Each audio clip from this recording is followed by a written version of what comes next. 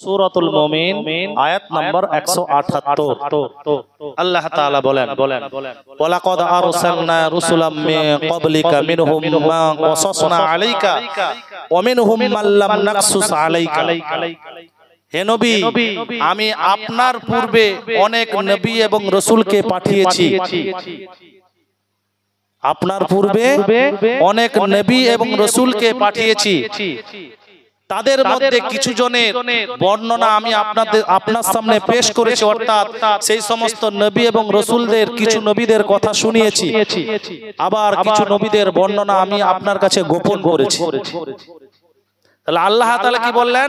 হে নবী, আমি আপনার পূর্বে অনেক রাসূলকে পাঠিয়েছি, অনেক নবীকে পাঠিয়েছি,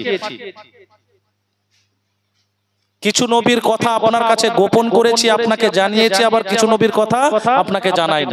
তাহলে কোরআনুল কারীমের এই আয়াতের দ্বারা সুস্পষ্ট দলিল হিসাবে ব্যবহার করা যায় যে আল্লাহ তাআলা পৃথিবীর মধ্যে অসংখ্য অগণিত নবী রাসূল পাঠিয়েছিলেন দ্বীনের দাওয়াত দেওয়ার জন্য, তাওহীদের বাণী প্রচার করার জন্য। সুবহানাল্লাহ বলবেন না? তাহলে আমাদের উত্তর কি হবে?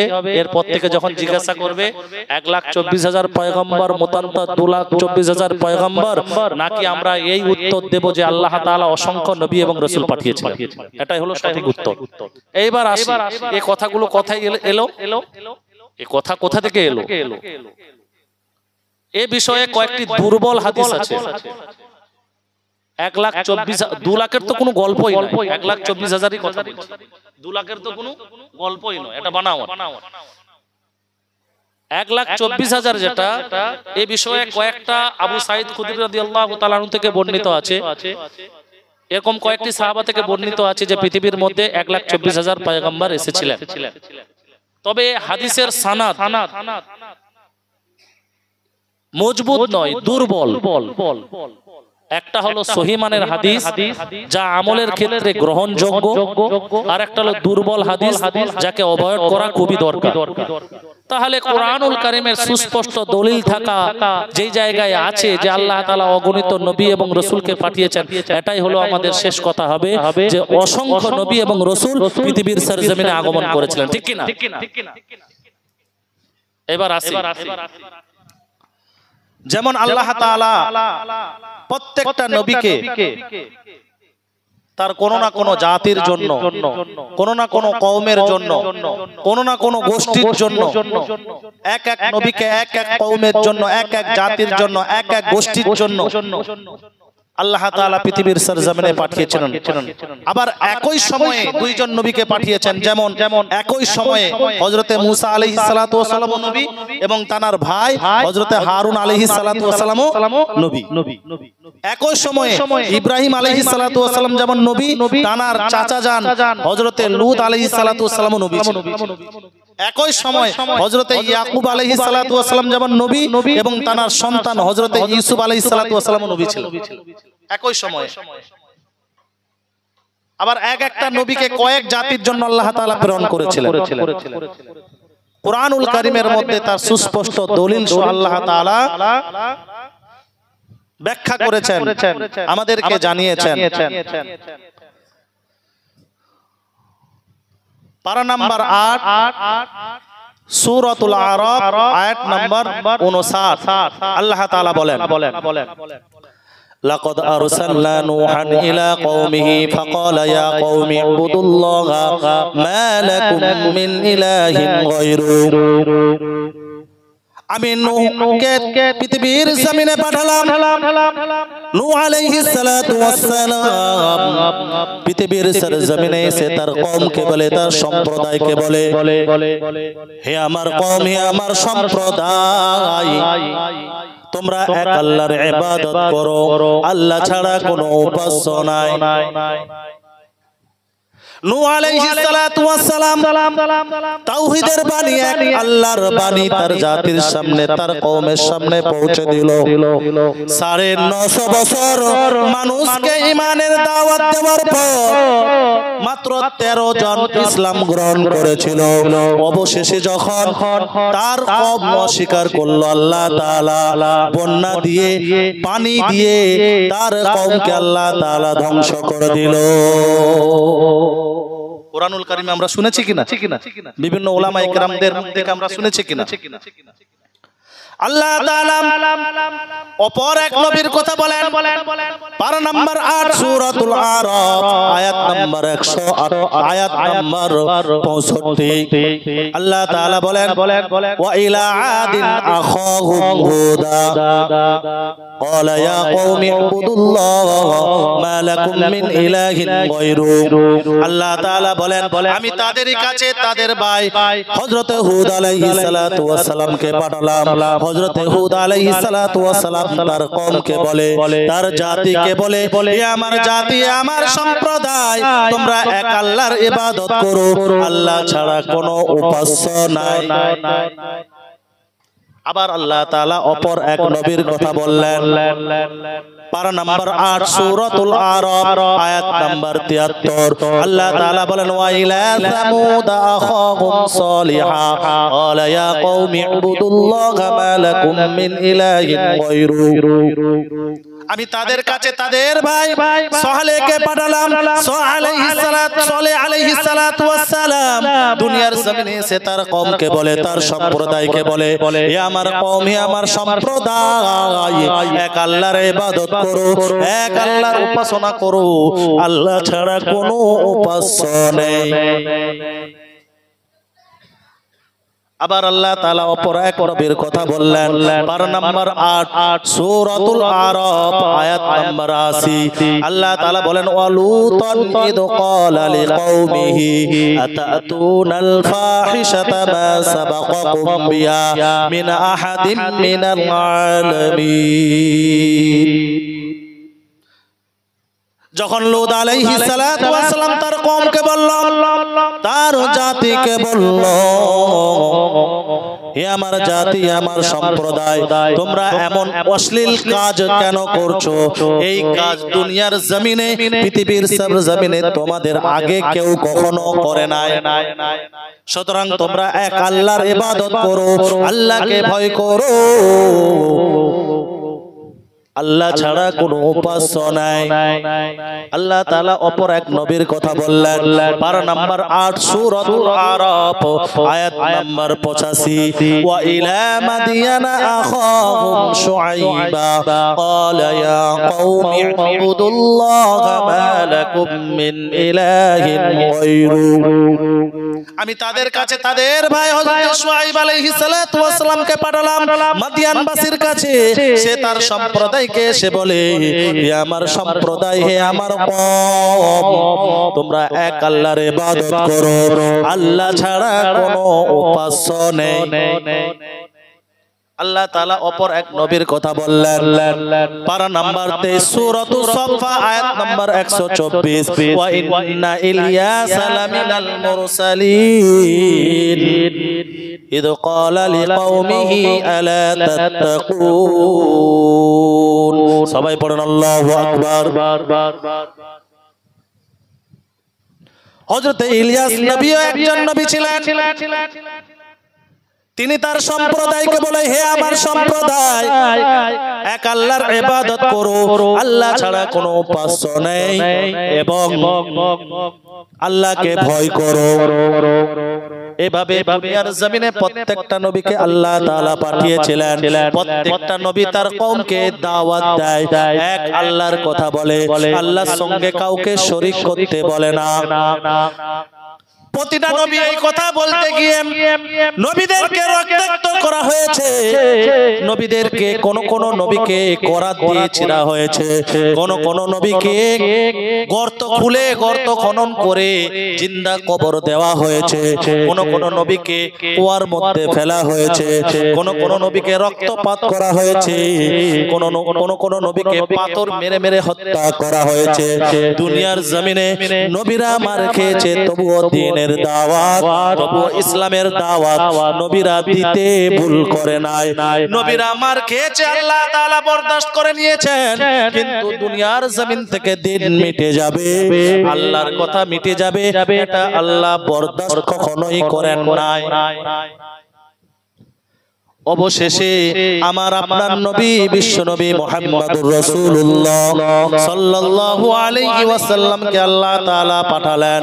আল্লাহ তাআলা কুরআনুল কারীমের মধ্যে বলেন, প্রত্যেকটা নবীকে আমি কোনো না কোনো এক জাতির জন্য, গোত্রের জন্য, সম্প্রদায়ের জন্য পাঠিয়েছি, কিন্তু আমি আমার হাবিবকে নবী মুহাম্মদুর রাসূলুল্লাহ সাল্লাল্লাহু আলাইহি ওয়াসাল্লামকে কোনো এক জাতির জন্য নয়, কোনো এক সম্প্রদায়ের জন্য নয়, কোন এক গোষ্ঠীর জন্য নয়, বরং আমি আমার হাবিবকে পৃথিবীর সমস্ত সম্প্রদায়ের মানুষের জন্য, সকল জাতির জন্য নবী এবং রাসূল করে প্রেরণ করেছি। আল্লাহ তাআলা বলেন, পারা নাম্বার 9 সূরাতুল আ'রাফ আয়াত নাম্বার 158 আল্লাহ তাআলা বলেন, কুল ইয়া আইয়ুহান নাস, হে নবী আপনি বলেন, হে লোক সকল, ইন্নী রাসূলুল্লাহি ইলাইকুম জামিয়া, আল্লাহ তাআলা আমাকে সমস্ত মানুষের নবী করে প্রেরণ করেছে। তাহলে আমার আপনার নবী শুধু এক গোষ্ঠীর নবী? আমার আপনার নবী কাফেরদেরও নবী, মুসলমানদেরও নবী। আমার আপনার নবী বিশ্বাসীদেরও নবী, অবিশ্বাসীদেরও নবী। সবাই একবার দরুদ শরীফ পড়েন, আল্লাহুম্মা সাল্লি আলা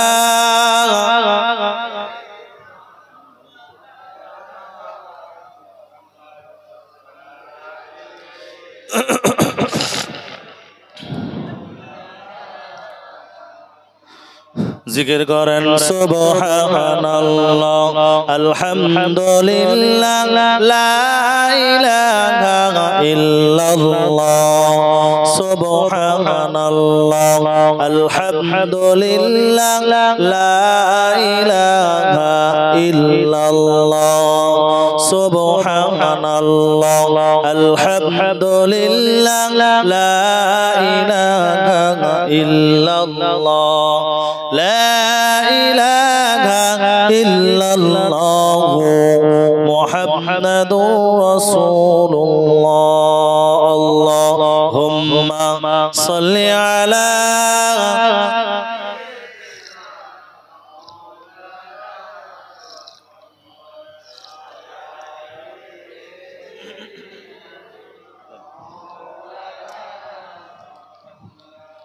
কি বললাম ভাই? তাহলে আমার আপনার নবী পশু পাখিরও নবী, সকলের নবী, সকল সৃষ্টির নবী করে আল্লাহ তাআলা পৃথিবীর সরজমিনে আল্লাহ তাআলা তাকে পাঠিয়েছেন। জোরে জোরে বলুন না সুবহানাল্লাহ। আমার নবী সকলের জন্য রহমত। সুবহানাল্লাহ বলতে ইচ্ছে করে না? তিনি বেঈমানদের জন্য রহমত, তিনি মুমিনদের জন্য রহমত। কেমন ভাবে? আল্লাহ তাআলা দলিল দিচ্ছেন। সূরা আম্বিয়ার 107 নম্বর আয়াতে আল্লাহ তাআলা বলেন, আপনারা কোরআনের আয়াতগুলো বুঝতে পারছেন তো? কথা বলছেন না। কোরআনের আয়াত বুঝতে পারছেন তো? কথা বলেন না, না কথা বললে ভালো লাগবে না। বাংলাদেশে প্রত্যেকটা দেখবেন বক্তার পিছনে শতাগুলো থাকে, শতাগুলো দেখবেন কেমন জজবাত নিয়ে বক্তাদেরকে একেবারে তেজ করে দেয়, ফুল পিকআপ দিয়ে দেয়। বক্তারা কোনো কিছু একটা কথা বললে শতারা দেখবেন হই করে উঠে যায়, হয় না? ওতে কি হয় দেখবেন, বক্তার বলতেও ভালো লাগে, আর শতা যারা আছে ঘুমাচ্ছে তারাও কি তাদের ঘুমও ভেঙে যাবে। এই জন্য আমি যে কথাগুলো বলছি আপনারা হ্যাঁ হু না বলেন। বালি বস্তার মতন এক জায়গায় একাঠা হয়ে বসে থাকেন না। বালি বস্তা দেখেছেন আপনারা? তাকে যেই জায়গায় রাখবেন সে এদিকও নড়ে না, ওদিকও নড়ে না। তাকে কেউ নড়ালে তবে নড়ে। তো আপনারা মনে হচ্ছে বালি বস্তার মতন এক জায়গায় বসে আছেন। কি বলছি না, আমি বকাউল্লাহ বকে যাচ্ছি, আপনারা সুনাউল্লাহ শুনলে হবে? কি বলছি কোরআন থেকে এগুলো বুঝতে হবে তো। আজকে যে এই সিরাতুন নবী সাল্লাল্লাহু আলাইহি ওয়াসাল্লাম উপলক্ষে আজকে যে মাহফিল দিয়েছেন, নবী কেমন, তার চরিত্র কেমন, তার জীবনী কেমন, এগুলো শুনতে হবে তো, শুনে তো আমল করতে হবে। ঘুমালে হবে? 365 দিন তো বাড়িতে ঘুমাচ্ছেন, আজকে না হয় একটু জাগেন আল্লাহর জন্য, রাসূলের মহব্বতের জন্য। আজকে ঘুমালে হবে তো? বালি বস্তার মতন নড়াচড়া এক জায়গায় বসে থাকলে হবে না, একটু হ্যাঁ হু না দিয়ে জীবিত আছেন এর প্রমাণও দিতে হবে। এ কথা বুঝে আসছে? সবাই একবার তাকবীর দেন, দেখে তো। নারে তাকবীর, লিল্লাহি তাকবীর, নারে তাকবীর, আল কোরআনের আলো, আল হাদিসের আলো, আলেম ওলামারা আছেন যেখানে। এইবার একটু আওয়াজটা নিচু হয়ে গেল না, কিছু কিছু মাল আছে যারা আলেমদেরকে ভালোবাসে, এইজন্য আওয়াজটা একটু নিচু হয়ে গেল। আলেম ওলামারা আছেন যেখানে, কোরআন হাদিস আছে যেখানে, মসজিদ মাদ্রাসা আছে যেখানে, সুদ ঘুষ যেখানে, বললে হবে লোন নিয়ে বসে আছে, এমন কোন ঘর নাই একটা মা বোন লোন নিতে বাকি রেখে চায়। গ্রামে গ্রামে এখন লোনওয়ালার এত আনা জানা হয়ে গেছে যে আর কি বলা যাবে, সবজিওয়ালার মতন হয়ে গেছে প্রত্যেক ঘরে। এই লোন ওই লোন, এই বন্ধন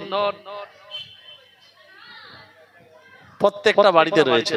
তাক বেশি আর বলবো না, নাহলে পরের বারে আপনারা যদি দাওয়াত দেন আমাকে, মহিলাদের হাতে যদি রান্না করাতে দেন, শালা আমাকে বিষ খাইয়ে মেরে দিবে। তো এই জন্য ভাইরা আমার,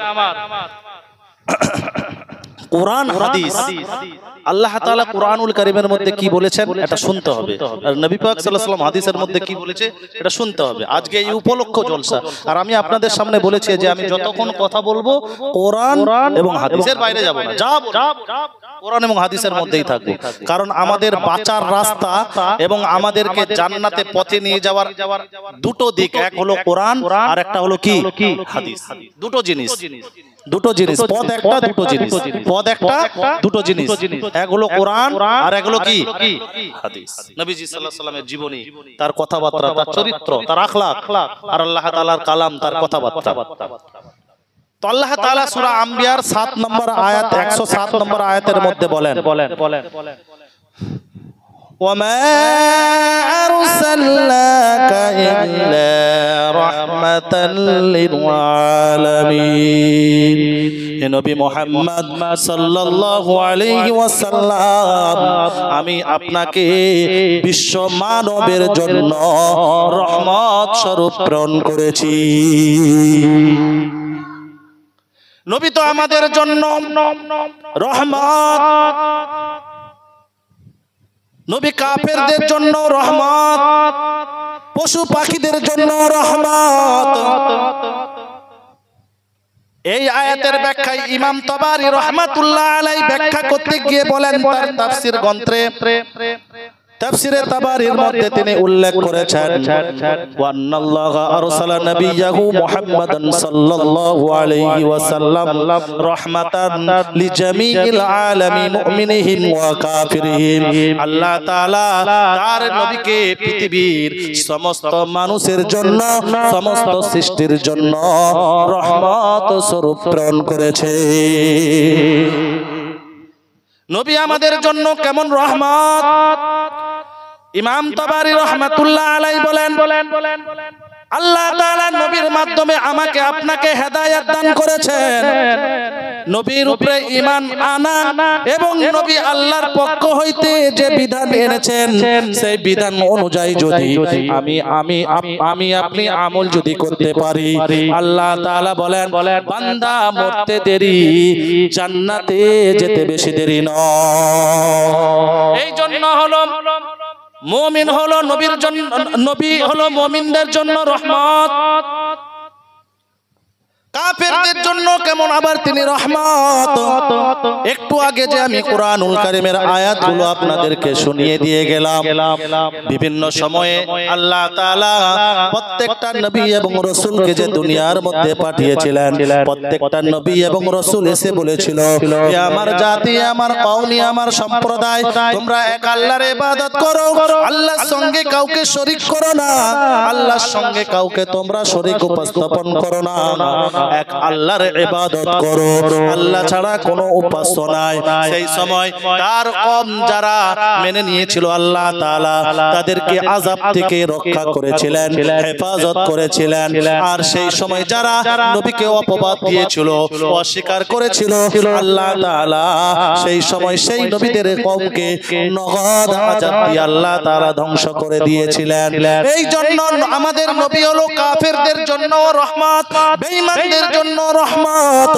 এখনকার পরিস্থিতি অনুযায়ী কত কাফের বেঈমান আছে আমার নবীকে গালি দেয়, আমার নবীর বিরুদ্ধে আচরণ করে, আমার নবীকে কটূক্তি করে, আমার নবীর বিরুদ্ধে কুরুচিকর মন্তব্য রচায়। আল্লাহ তাআলা এই নবীর মহব্বতে, এই নবীর রহমতের দরুন হিন্দুও নিরাপদ থাকে, কাফেরও নিরাপদ থাকে, বেঈমানও নিরাপদ থাকে। আল্লাহ তাআলা অন্যান্য নবীর কওমের মতন নগদ আযাব দিয়ে ধ্বংস করে দেয় নাই, বরং নবী আমাদের জন্য রহমত স্বরূপ হওয়ার দরুন এই পৃথিবীতে সবাইকে আল্লাহ তাআলা নিরাপদে রাখছে।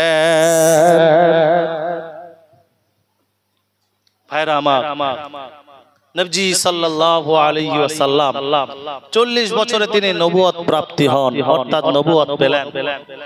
নবুয়ত পাওয়ার পর তিনি টানা 13 বছর মক্কায় ছিলেন।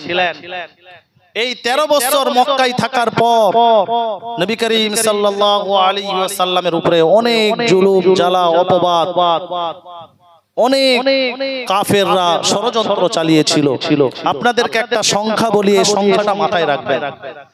নবীজি সাল্লাল্লাহু আলাইহি সাল্লাম নবুয়ত পাওয়ার পর মক্কায় যে তিনি 13 বছর ছিলেন, তার মধ্যে তিনি 3 বছর গোপনে ইসলামের দাওয়াত, দ্বীনের দাওয়াত গোপনে তিনি করেছিলেন। কয় বছর বললাম? হিসাব রাখলাম 3 বছর। তারপরে 2 বছর প্রকাশ্যে তিনি ইসলামের দাওয়াত, দ্বীনের দাওয়াত প্রত্যেকের দাঁড়ে দাঁড়ে প্রত্যেকের কাছে তিনি পৌঁছে দেন। তাহলে 3 আর 2 কত হলো? 5। পরের 5 বছর নবী করিম সাল্লাল্লাহু আলাইহি ওয়াসাল্লামের উপরে অনেক জুলুম, অনেক অত্যাচার, অনেক শাসন করে। সব দিক থেকে তারা নবী করিম সাল্লাল্লাহু আলাইহি ওয়াসাল্লামের উপরে অত্যাচার চালায়। তাহলে 5 আর 5 এ 10। পরের যে 3 বছর, এই 3 বছর নবী করিম সাল্লাল্লাহু আলাইহি ওয়াসাল্লামের জীবনে অনেক কষ্ট গেছে, অনেক জুলুম জ্বালা তিনি সহ্য করেছেন। তাহলে 10 আর 3 এ 13 বছর।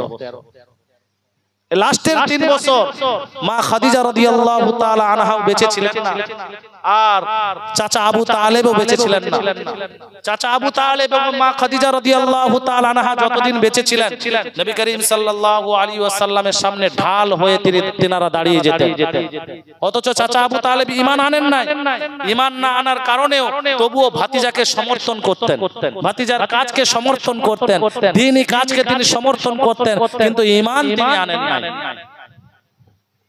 তো নবী করিম সাল্লাল্লাহু আলাইহি ওয়াসাল্লামের যে 3 বছর গোপনে দ্বীনের দাওয়াতি কাজ করার পর, পরে 2 বছর যখন তিনি প্রকাশ্যে দাওয়াত দেওয়া শুরু করলো, সবাই নবী মুহাম্মদ সাল্লাল্লাহু আলাইহি ওয়াসাল্লামকে পাগল ভাবতে শুরু করলো। সকলে বলুন নাউজুবিল্লাহ।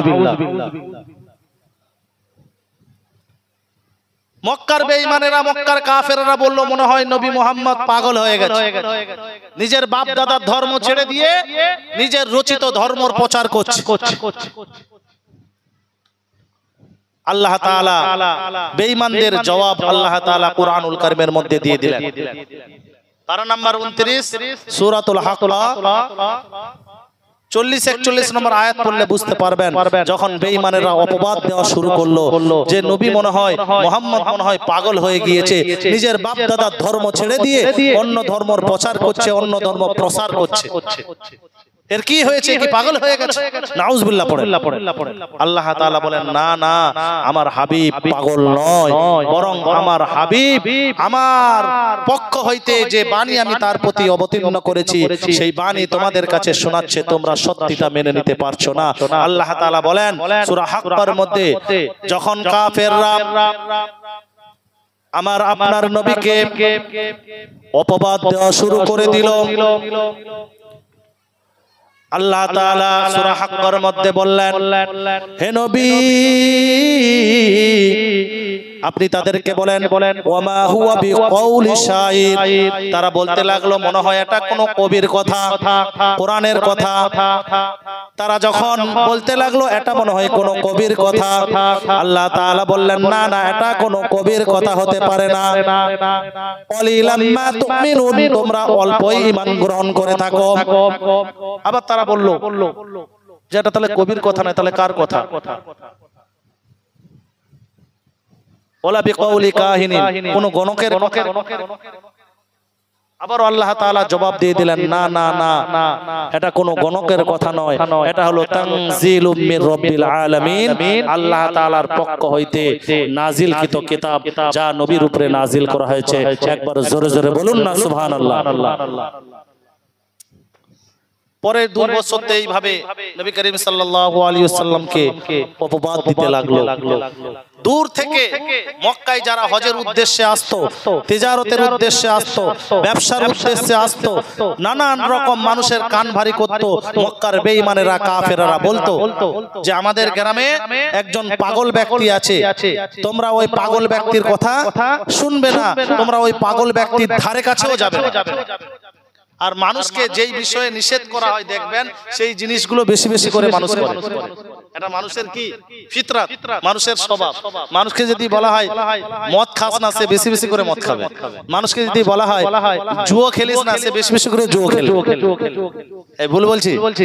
মানুষকে যে বিষয়ে নিষেধ করা হবে মানুষ আকৃষ্ট হয়ে সেই বিষয়টা বেশি বেশি করে, আর সেই জিনিসটা আরো বেশি বেশি করে।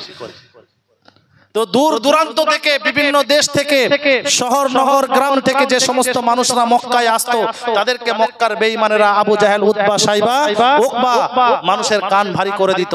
কারণ তারা জানতো নবী মুহাম্মদ এমন একজন মানুষ, এর কথা যে শুনবে সে নিঃসন্দেহে ইসলাম গ্রহণ করে কলমা পড়ে নেবে। এই জন্য নবীর ধারে কাছেও আসতে দিত না। তারা জানতো যে নবী মুহাম্মদুর রাসূলুল্লাহ সাল্লাল্লাহু আলাইহি ওয়াসাল্লামের কথার মধ্যে একটা আকৃষ্ট ভাব ছিল, আর এটাকেই মানুষ জাদু বলে মনে করত। এটাকেই তারা বলতো যে নবী মুহাম্মদ জাদুকর। না, আল্লাহ তাআলা তার কথার মধ্যে এমন আকৃষ্ট, এমন মিষ্টি ভাব দিয়েছিল যে কোনো মানুষের সাথে কথা বললে মানুষ শুনতেই থাকতো, শুনতেই থাকতো, শুনতে শুনতে এক পর্যায়ে দিল নরম হয়ে কলমা পড়ে ইসলাম গ্রহণ করে নিত। আল্লাহ তাআলা তেমন করে তার কথাবার্তাকে আল্লাহ তাআলা সৃষ্টি করেছে। তো মানুষ এসে দেখতো যে আচ্ছা দেখি, আমরা তো পাগল অনেক দেখেছি, এই ব্যক্তি, এই মানুষটাকে দেখি কেমন। তো তারা যখন এসে দেখতো নবী করিম সাল্লাল্লাহু আলাইহি ওয়াসাল্লাম কাবা চত্বরে কুরআনুল কারীম তেলাওয়াত করতেন। মক্কায় আসা ওই লোকেরা সবাই বলতো, আরে এত সুন্দর মধুর সুর আগে তো কখনো শুনি নাই, এত সুন্দর সুর, এত সুন্দর গলার কণ্ঠ কোনো পাগল ব্যক্তির হতে পারে না।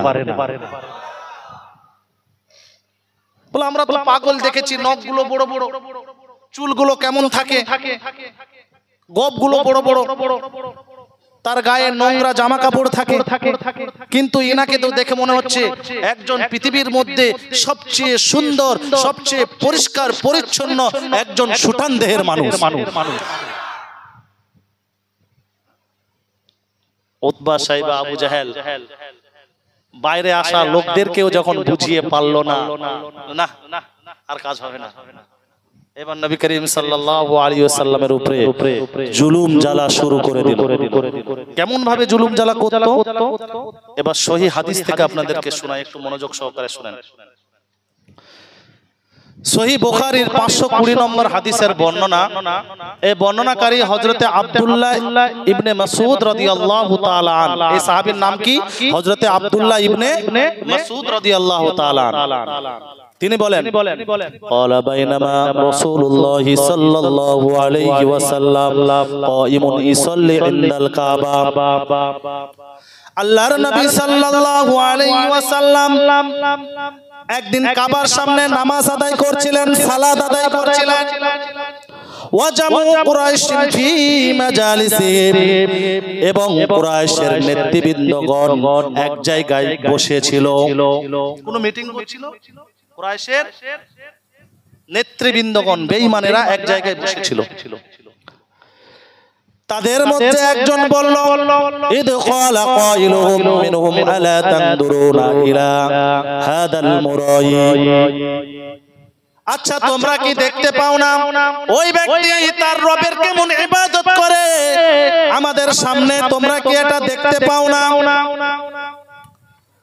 ওই ব্যক্তি বলল, আইয়ুকুম ইয়াকুমু ইলা জাসুরি আলি ফুলানিন ফায়ামিদু ইলা ফারতিহা ওয়া দামিহা ওয়া সালাহা ফায়াজিউ বি সুম্মা ইউমিলু। তোমাদের মধ্যে কে ব্যক্তি পারবে বলো, উট জবাইয়ের স্থানে যাবে, সেখান থেকে উটের নাড়ি ভুঁড়ি রক্ত এবং প্রস্রাব পায়খানা নিয়ে আসবে। নিয়ে আসার পর যখন নবী মুহাম্মদ সাল্লাল্লাহু আলাইহি ওয়াসাল্লাম সিজদায় যাবে, ওয়াদাহু বাইনা কাতিফাই, তার দুই কাঁধের মাঝখানে দিয়ে দিবে।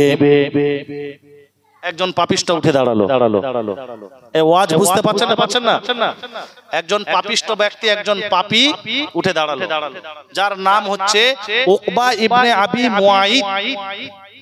সে বলল আমি এই কাজটা করতে পারবো। বলে তুমি পারবা? বলে হ্যাঁ আমি পারবো।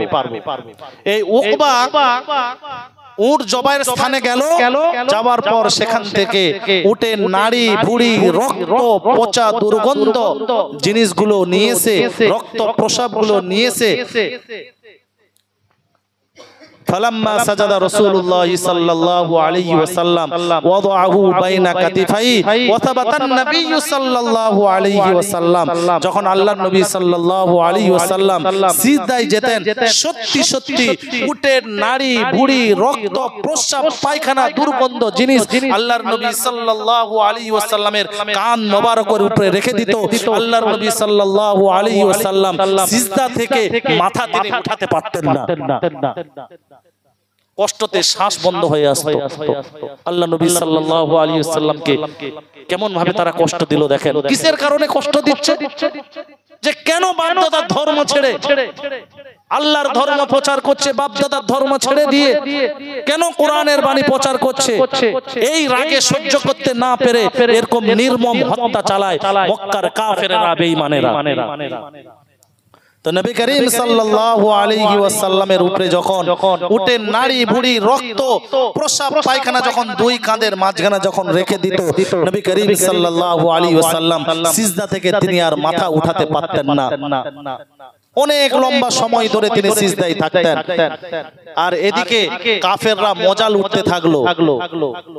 ফাদাহিকু হাত্তা মালা বাদু মিলা বাদিন মিনাজ যাহিকি, যে কাফেররা হাসাহাসি শুরু করে দিল।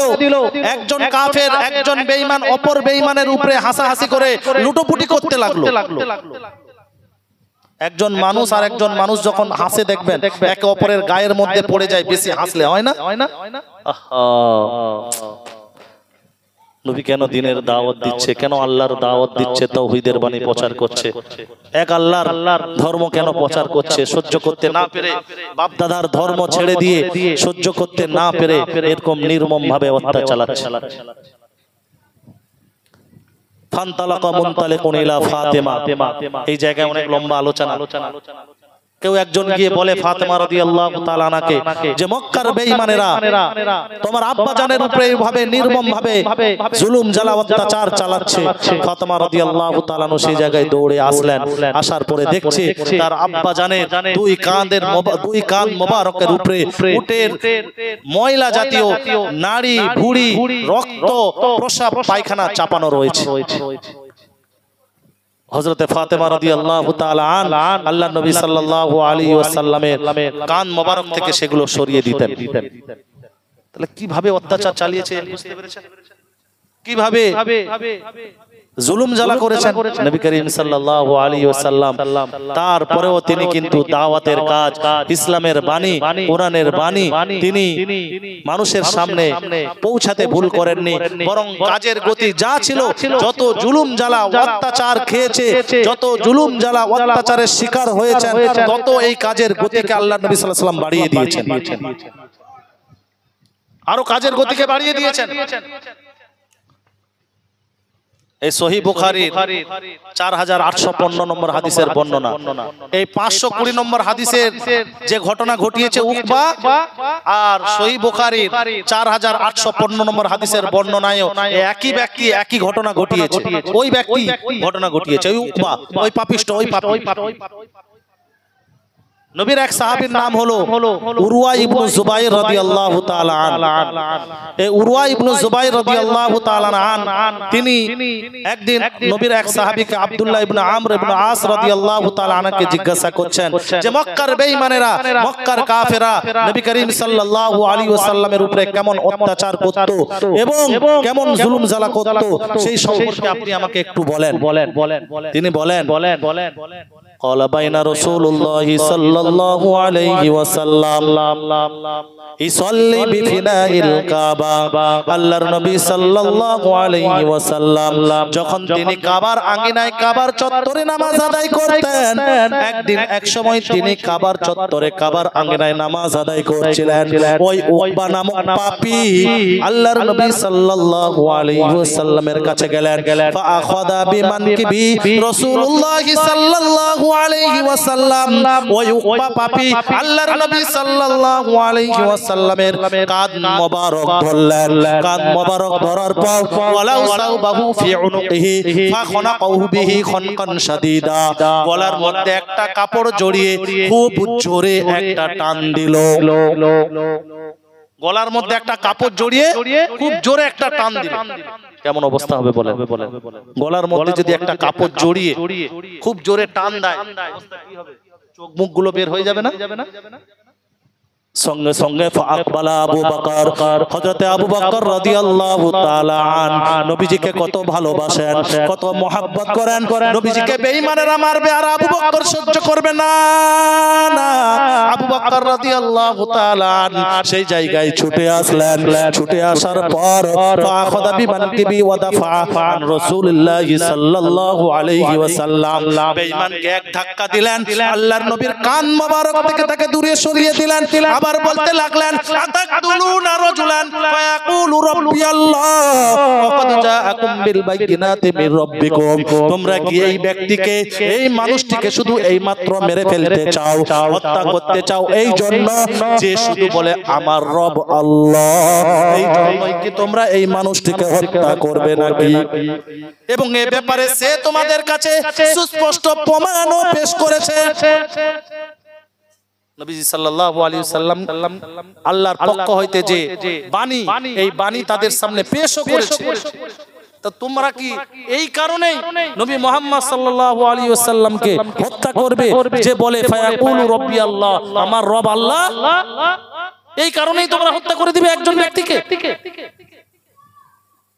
ভাইরা আমার, কিভাবে নির্মম হত্যা, কিভাবে কষ্টের পর কষ্ট দিত নবীজি সাল্লাল্লাহু আলাইহি ওয়াসাল্লামকে। আহা, নিজের চাচা পর্যন্ত দুশমনি করেছে। তবে যাতে আজকে এত মার খাওয়ার পর, এত ক্লান্তি, এত পরিশ্রম, এত কষ্টের বিনিময়ে আমাদের কাছে দিন এসেছে। নবী করিম সাল্লাল্লাহু আলাইহি ওয়াসাল্লামের কুরবানির বিনিময়ে আমাদের কাছে দিন এসেছে, কলমা এসেছে, কোরআন এসেছে। আজ যদি নবী করিম সাল্লাল্লাহু আলাইহি ওয়াসাল্লাম তিনি এত কুরবানি যদি না দিতেন, এত যদি মার না খেতেন, এত যদি জুলুম জ্বালা অত্যাচার যদি সহ্য না করতেন, তাহলে আমাদের কাছে দিন কত সহজে আসতো না। তো নবী করিম সাল্লাল্লাহু আলাইহি ওয়াসাল্লাম মক্কার বেঈমানদের কাছে নির্যাতনের শিকার হতেন। এভাবেই দিনের পর দিন নবী করিম সাল্লাল্লাহু আলাইহি ওয়াসাল্লামের উপরে অত্যাচার চালাতো। অবশেষে নবী করিম সাল্লাল্লাহু আলাইহি ওয়াসাল্লাম যখন দেখলো যে মক্কার কাফেরেরা, মক্কার বেঈমানেরা ঈমান আনছে না, তিনি তখন তায়েফের দিকে রওনা হচ্ছেন। কোথায় রওনা হচ্ছেন? তায়েফের দিকে রওনা হচ্ছেন। সহিহ বুখারীর 3132 নম্বর হাদিসের বর্ণনা 3132, হাদিস নম্বর 3132। এই হাদিসের মধ্যে এসেছে আল্লাহর নবী সাল্লাল্লাহু আলাইহি ওয়াসাল্লাম তায়েফের ময়দানে চলে গেলেন। তায়েফের ময়দানে গিয়ে মানুষকে দ্বীনের দাওয়াত দেয়, হেদায়েতের পথে আহ্বান জানায়, জান্নাতের পথের দিক নির্দেশনা দেয়। এক আল্লাহর ব্যাপারে পরিচয় করায়। আহা, মক্কার কাফেররা বেঈমানেরা তো চিনলই না। তায়েফের বেঈমানেরাও, তায়েফের মুশরিকরাও নবীজি সাল্লাল্লাহু আলাইহি ওয়াসাল্লামকে চিনল না। বরং তায়েফের বেঈমানেরা ছোট ছোট বাচ্চাদের থেকে শুরু করে জওয়ানদের থেকে শুরু করে সবাইকে নবী করিম সাল্লাল্লাহু আলাইহি ওয়াসাল্লামের পিছনে লেলিয়ে দিল আর বলতে লাগলো যে পাগল ব্যক্তি, পাগল ব্যক্তি, এই পাগলকে পাথর নিক্ষেপ করো। নবী করিম সাল্লাল্লাহু আলাইহি ওয়াসাল্লাম তায়েফের মরুভূমি বালির মধ্যে পড়ে গেলেন, রক্তাক্ত অবস্থায়, জুতা মোবারক রক্তাক্ত হয়ে গেল, চেহারা মোবারক রক্তাক্ত হয়ে গেল। ভাইরা আমার,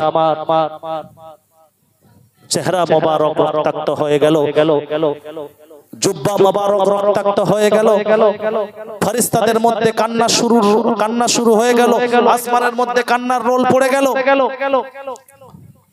আল্লাহ তাআলা সবকিছু দেখছেন না, দেখছেন না, সবকিছু দেখছেন না, দেখছেন না। সবকিছু দেখার পরে আল্লাহ তাআলা জিবরিল আমিন আলাইহিস সালাতু ওয়াস সালামকে পাঠিয়ে দেয়, আর জিবরিল আমিন আলাইহিস সালাতু ওয়াস সালাম তায়েফের ময়দানে উপস্থিত হয়ে যায়। জিবরিল আমিন এসে বললেন, ইয়া রাসূলুল্লাহ, ইয়া হাবিবাল্লাহ, قال عز وجل إن الله قد سمع قول قومك لا وما رد عليك وقد بعث إليك ملك الجبال لتأمره بما شئت فيهم وقد بعث إليك ملك الجبال لتأمره بما شئت فيهم। জিবরিল আমিন আলাইহিস সালাতু ওয়াস সালাম এসে বলেন, ইয়া রাসূলুল্লাহ, ইয়া হাবিবাল্লাহ, তায়েফবাসী আপনার সঙ্গে যে আচরণ করছে আল্লাহ তাআলা তা সম্পূর্ণরূপে দেখছেন, এবং এই তায়েফবাসীর আচরণের কারণে আল্লাহ তাআলা পাহাড়ের ফেরেশতাকে হুকুম দিয়েছেন, পাহাড়ের ফেরেশতা আপনার সামনে হাজির হয়েছে। আপনি পাহাড়ের ফেরেশতাকে আপনি যাই বলবেন পাহাড়ের ফেরেশতা আপনার কথা শুনবে। আল্লাহর নবী রক্তাক্ত মাখা চেহারা নিয়ে বলে, জিবরিল, হ্যাঁ হ্যাঁ, ফানাদানি ওয়া সাল্লামা আলাই। পাহাড়ের ফেরেশতা আমাকে সালাম দিয়েছে। সালাম দেওয়ার পর বলেন, ইন্নাল্লাহ ক্বাদ সামিআ কাওলা কওমিকা লাক ইয়া মুহাম্মদ, এ নবী মুহাম্মদ সাল্লাল্লাহু আলাইহি ওয়াসাল্লাম, আল্লাহ তাআলা আমাকে পাঠিয়েছে, আপনি হুকুম করেন, আদেশ করেন। আপনি যদি হুকুম করেন, আদেশ করেন, তাহলে এই দুই পাহাড়ের মাঝখানে তায়েফবাসীকে আমি পিষে ফেলবো।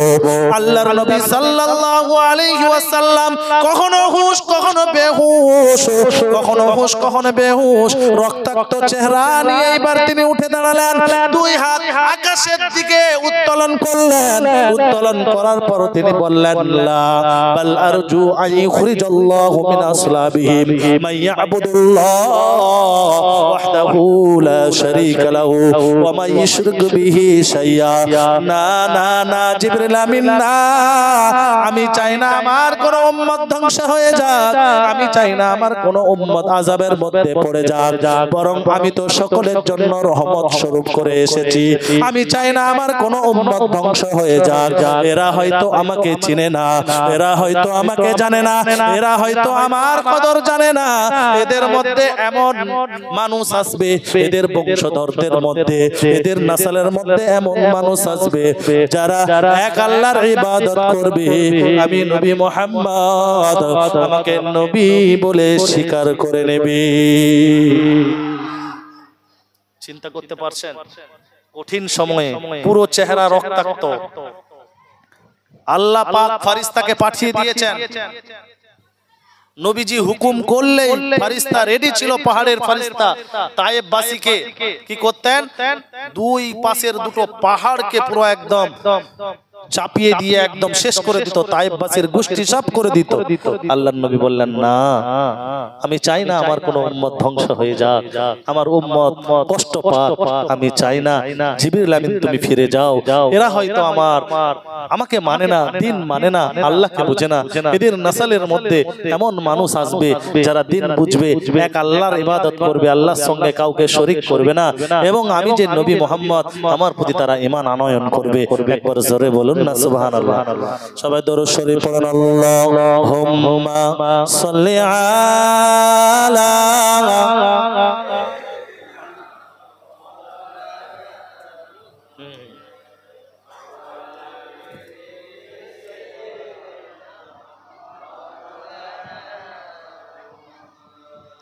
আল্লাহুম্মা সাল্লি আলা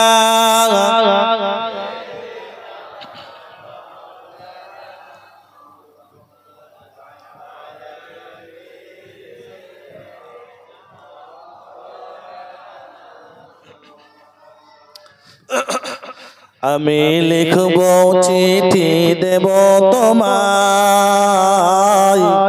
পাখি পৌঁছে দিও রওজায়।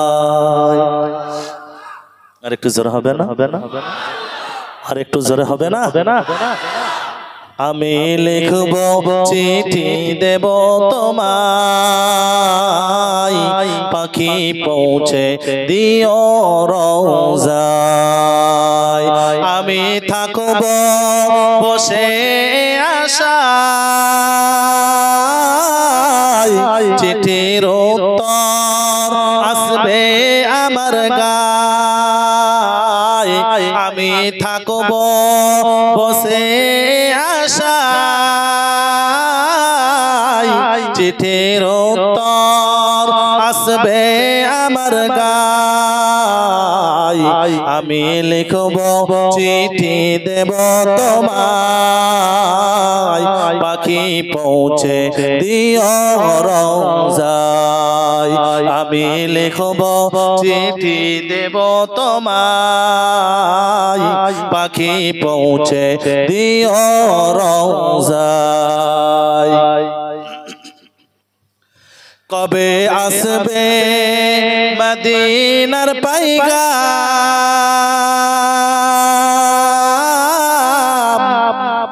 গায়ে বাঁধব হাজিদের এহরাম।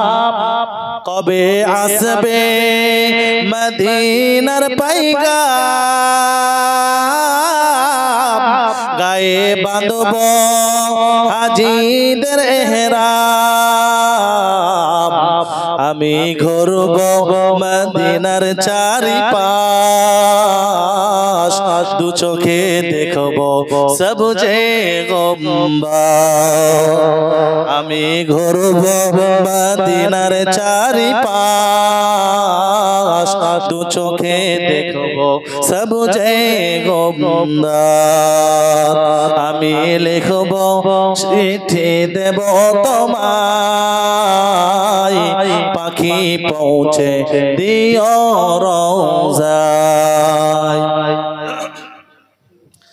তৃষ্ণায় কাতর আমারে মন তৃষ্ণা মিটাবে কফু জমজম।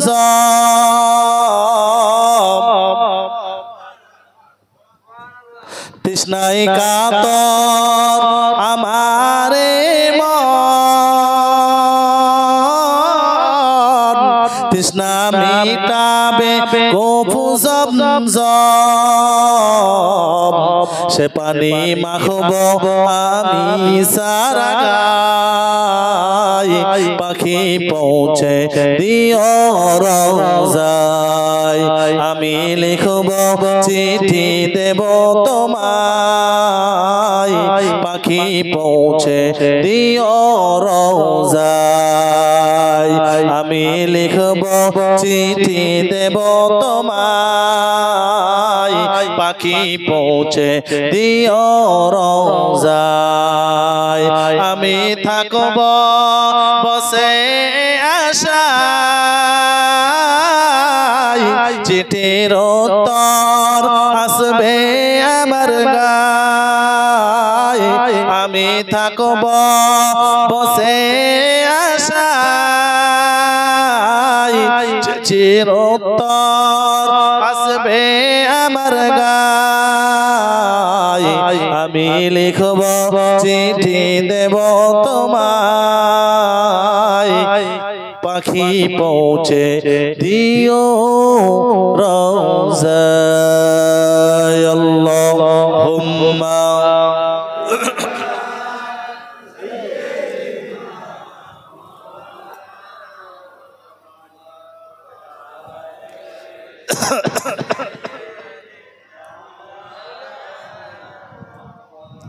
চলবে না বন্ধ